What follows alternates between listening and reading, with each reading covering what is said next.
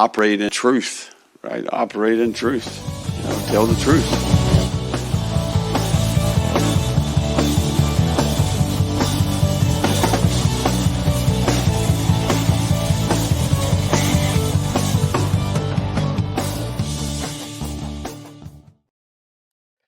Hello, everybody, and welcome to the Gator Truth Florida Football Podcast.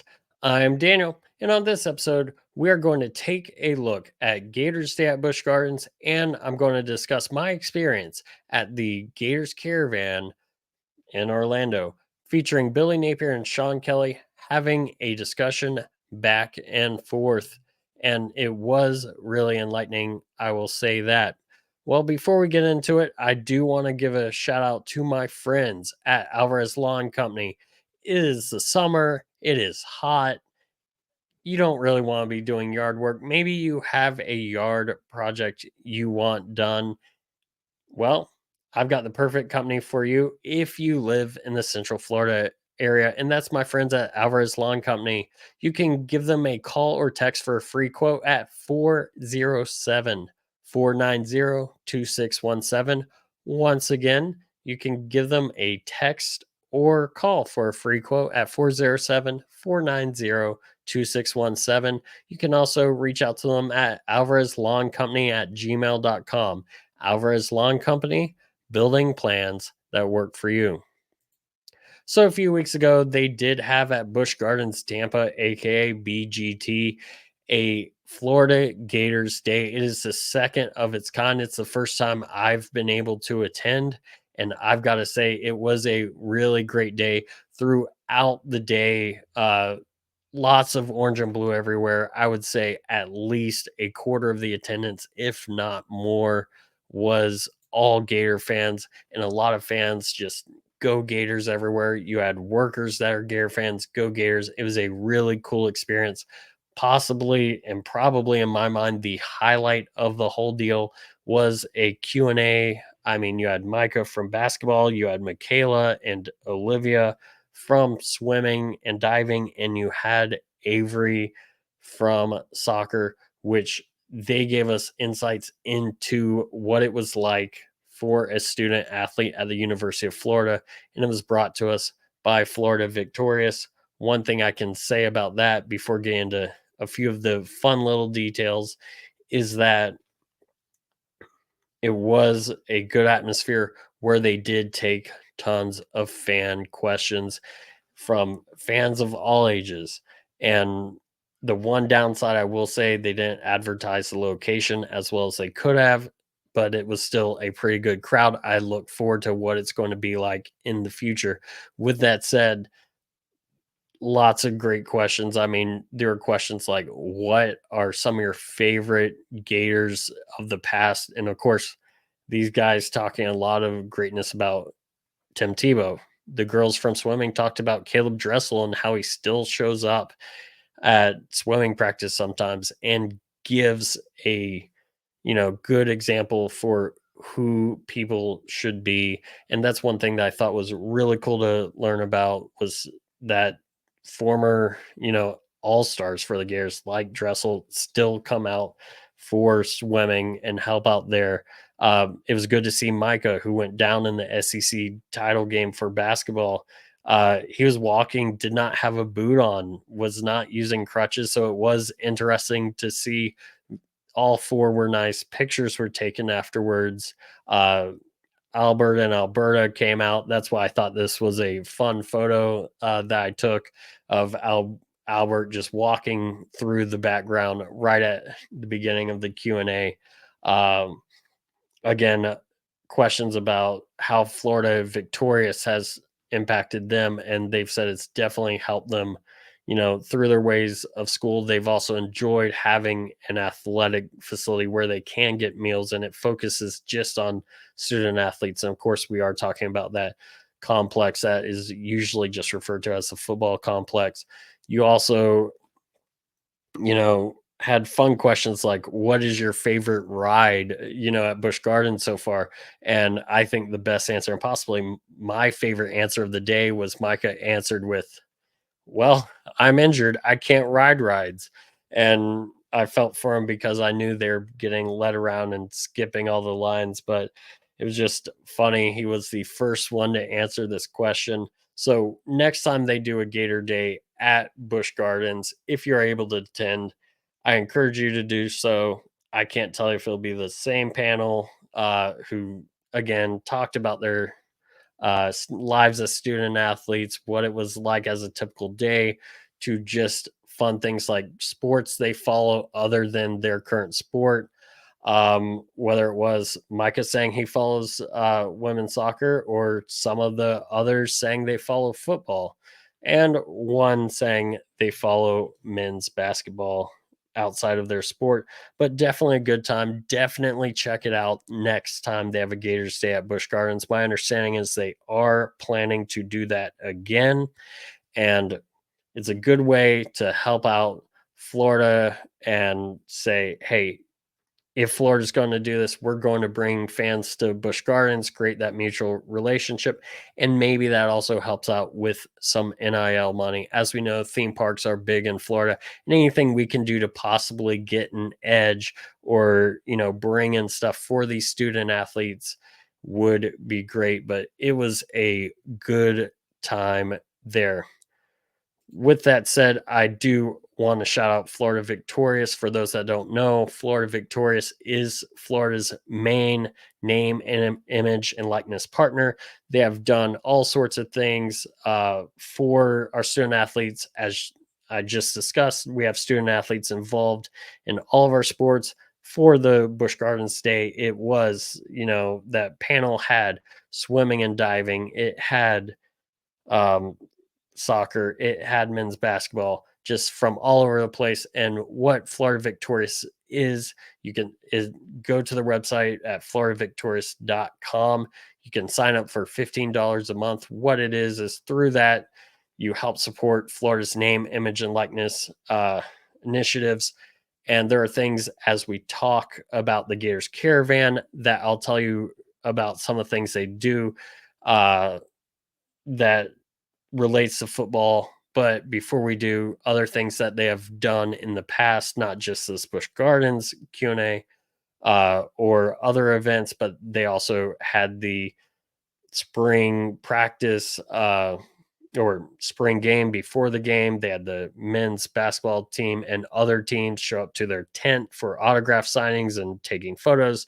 They did the after the spring game on the field autograph session as well. You can join for as little as $15 a month or more. They are also looking for corporate partners. So if you own a business and you want to help out some Gators, definitely talk to that. Most of the money contributed to Florida Victorious goes directly to the athletes. Again, it's athletes throughout Florida sports, not just football, although football is a very big part of that. So definitely wanted to give them a shout out because they did also have a big presence at the Gators Caravan. And I went to the one in Orlando. It was the second one. I believe the first one was in Gainesville. Lovely turnout for the night. There were about, I would say, 150, 200, maybe a little bit more for this. It is a decent sized crowd, but also still small enough to be intimate. I mean, where else can you see? And I'm going to take myself off the screen for those watching on YouTube. Where else can you see Albert serving queso? And that was definitely one of the fun little moments that came out from this for me just beforehand. They had all sorts of food and whatnot that you could partake in. And it was good to meet other Gators, discuss things, and they had auctions going on, all sorts of things. And Florida Victorious did have a table where you could sit, talk to some of their leadership, and they could tell you what all was going on with Florida Victorious. With that said, Sean Kelly came out first. One thing that he started to do that I will openly admit I was not the biggest fan of.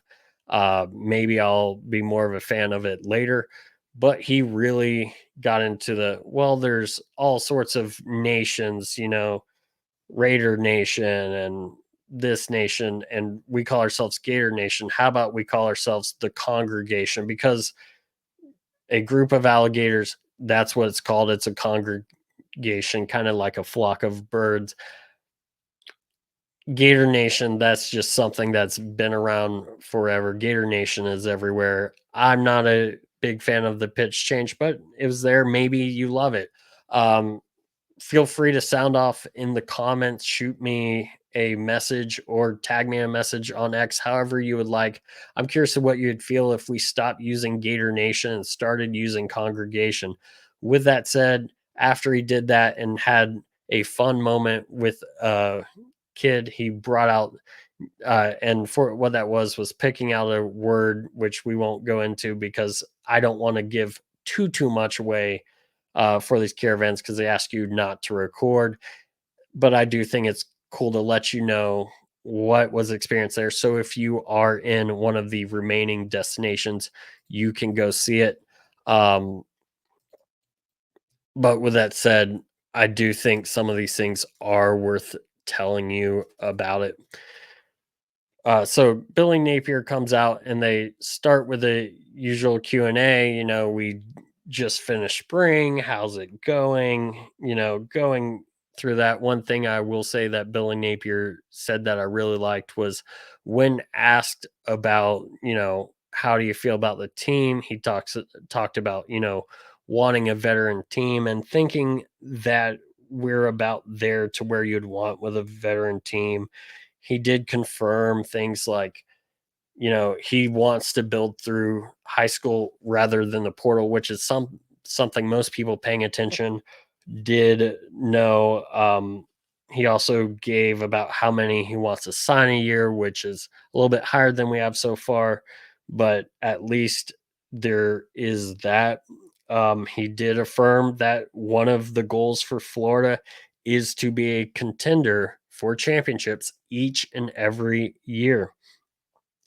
With that said, when I went in Orlando, this was a few weeks ago as of the recording of this. The week before, he had been on Late Kick with Josh Pate and had an interview with Josh Pate where he was asked about special teams and the criticism. And during that interview, he basically said, "Oh, it's perception versus reality. We're top 5 in EPA," and seemed to just brush off any criticism of the special teams. And for those that have paid attention, we had special teams issues last year from 2 number 3s on the field against Utah, which led to a Utah touchdown, to jumping the shield against Kentucky, which the shield is essentially jumping over the snapper, which you cannot do. Jump the shield on a punt gives Kentucky a first down, and a few plays later, they score a touchdown.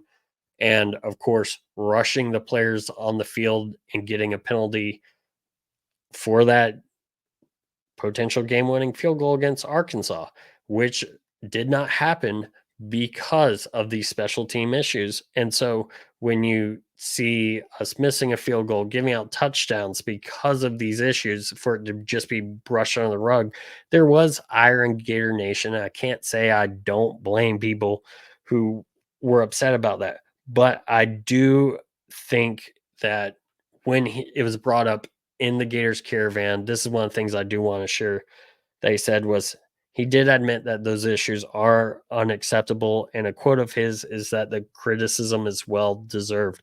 And that, I think, going from essentially what seems to be like dismissing an issue to going to, hey, it's well deserved.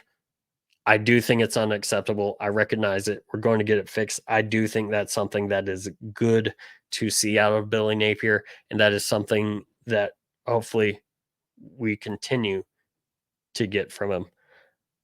And then moving on, one thing that he does in these caravans, again, I will give you the dates. If you can get out and see one of these, he did a film study using the orange and blue game. And it was a very interesting experience because he would call things by the proper play names, which was cool, especially if you don't know how play names are come up with or things like that. So it was very interesting to see. He went through a few different plays, just one or two that I'll name. I won't go through all the ones he went through, but Asa Turner's amazing diving pass breakup in the spring game, and then also the uh, big play to Khalil Jackson early in the second half, the big pass play.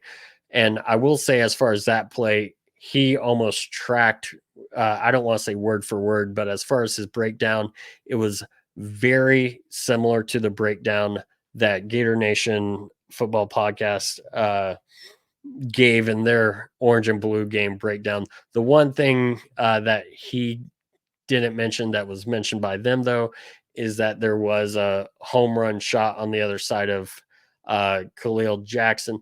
With that said, it's like Gator Nation Football Podcast says, it's about they'll look at what's the best play. Doesn't mean that there wasn't a great play there. And of course, the throw to Khalil Jackson, which was for a big gain, was one of those great plays. And so another thing I've heard critiqued about Billy Napier, and it's not fully unwarranted, is you don't really hear him talking or pushing Florida victorious. Well, at the Gator Caravan, and also we hear about how, let me back up. We also hear about how big time boosters, big time donors aren't really told much about Florida victorious, or they're not told about Florida's NIL efforts, or they're against it, or they're not sure why it's important. Billy Napier left no doubt about the importance of Florida victorious, and has said through the increased efforts over the last year that now we can pretty much compete with any school. Um, he's not saying that we're fully there. I mean, anyone can say, it's always good to have more and be able to use it, but it was good that he really pushed, and he spent a lot of time talking about Florida victorious without getting into some of the specifics, although there is one specific I want to share, and that is, if a player's here 4 years, and I'm pretty sure this goes for all sports, but it's nice to hear about the football team talking about it. They're required to do 12 service days a year. So if they're here 4 years, they do 48 service days. And that averages to one a month. What I mean by service day is they go and help out at a YMCA, or they go to Habitat for Humanity, or they go to Bread of the Mighty, or any one of these charitable organizations in the Gainesville area, and they do an 8-hour workday. And for those that follow me on Twitter at Gator Podcast, a lot of times if I see it, I'll retweet it, because I love seeing the Gators do great things for people outside of, whatever their sport may be. And so one thing I've got to give Napier credit for is, he's been a big driver of these service days that make an impact far beyond the playing field. And having that married with Florida victorious is something I found to be really, really awesome. And so for anyone who's had the critique of he's not pushing Florida victorious enough, or there's not enough being said by anyone to boosters, I can tell you, I know there are some big time boosters there in Orlando, and probably at these other caravans. That critique is definitely being fixed at these caravan days. And again, Florida Victorious, check them out, floridavictorious.com. You can sign up for as little as $15 a month. And with being a member, you do get things like the after spring game autograph session. They've got a Gator message board. They've got all sorts of stuff. Check out the details for the different levels. And then also, again, they are looking for corporate partners as well. And so, with that said, the one real critique I have of the Gators Caravan, outside of Sean Kelly trying to change it from Gator Nation to congregation, is a lot of it seemed to me, and I could have just misread things, that there's going to be a lot of fan questions. We only had really 3 to 4 fan questions. I believe it was closer to 3, with one of them being a subpart. And one of them was like, what do you do with your time off of work? Or how do you get away from the game since it seems like it's a 365 job, which is a really good and cool question. Don't get me wrong. But when the only real question that was asked of coach, because the first two were from kids, which is fine. I'm not saying kids shouldn't ask questions, but when one of those was, what do you do when you get away from the game or whatnot? When the only real question is, what are your thoughts on the schedule? I thought there would just be more fan Q&A to that. Uh, so that's the only real thing I could say. And maybe there has been more Q&A at Gainesville or the subsequent ones, but I'm only talking about my experience here. So that's the one thing I could say. But overall, it was a great experience. I definitely, if it comes back next year, will check it out again. And for nothing else, I mean, heck, you had Albert serving queso. So that was a lot of fun. With that said, I also want to shout out a new partnership that I have, which is with the College Huddle. College Huddle is a fan podcast community. It's a lot of podcasts from over 70 different schools. We just at I'm recording this on May 7th, 2024. We just added the Liberty Flames as the newest member. We have big schools such as the Florida Gators and Ohio State and Washington and things like that. We have small schools, including the FBS's newest member, Kennesaw State. So, all sorts of things. If you want to learn about other schools or check out podcasts on most of the Gators 2024 opponents to see what we're getting into, head to the College Huddle, collegehuddle.com. You can find podcasts for those schools. And with that said, speaking of learning about other schools, I host a show for the College Huddle, which is called Why We Huddle. Why We Huddle looks at various schools so far. We've done Washington and FIU and Kansas State and Virginia Tech, with more to come, including my first SEC school with Mississippi State. That one is coming soon. But if you've got nothing else to do, or if you love learning about the traditions and things that make college football great, definitely check out Why We Huddle. You can find it anywhere where podcasts are, or you can go to YouTube, search for Why We Huddle, and just check out every episode. Learn something about the schools I mentioned and learn about the schools coming forward. It's a good time, and it's nice to hear, stories that ring true even for me as a Gator, hearing about just how family is the word that you could use to describe uh Kansas State, or how this is home seems to be a theme for Virginia Tech, or finding out what it's like to be a fan of a small school like FIU, or seeing a program that has gone up and down from the highest highs and hitting some of the lowest lows, kind of like what Florida's been through in the last decade. In talking to Washington, definitely check it out. I really enjoy this series. I say that even though I'm a part of it, but I really do. And with that said, I just wanted to come on, have some fun talking about the really cool thing that was Busch Gardens Florida Gators Day. And again, the Q&A, I can't, there's no way I was going to do it justice. But definitely next time, go if you have a chance, experience it, help make uh, Busch Gardens even more orange and blue. If you are here or if you get a chance, check out the Gators Caravan. There are two more dates. Monday, May 13th. They're going to be in Jacksonville at the Sawgrass Marriott in Ponte Vedra Beach. Check that out if you get a chance. And then also on Monday, May 20th, I'm talking about Busch Gardens Tampa. Well, in Tampa at the West Shore Grand, definitely go check out the Gators Caravan and learn, about the team for the upcoming season. Find out what some of the whole hype is going into 2024. Again, I've withheld a lot of what was said because it is something to be experienced. With that said, if you could follow me on X at Gator Podcast. If you're on YouTube, subscribe to our YouTube, or find us on YouTube, subscribe to our YouTube. And if you're watching on YouTube, give us a like, help us grow our outreach. I do hope to have a lot more stuff coming soon. I have talked to a few people about getting some stuff done. We'll reveal those surprises coming up. And with that said, thank you all for listening. And as always, go Gators.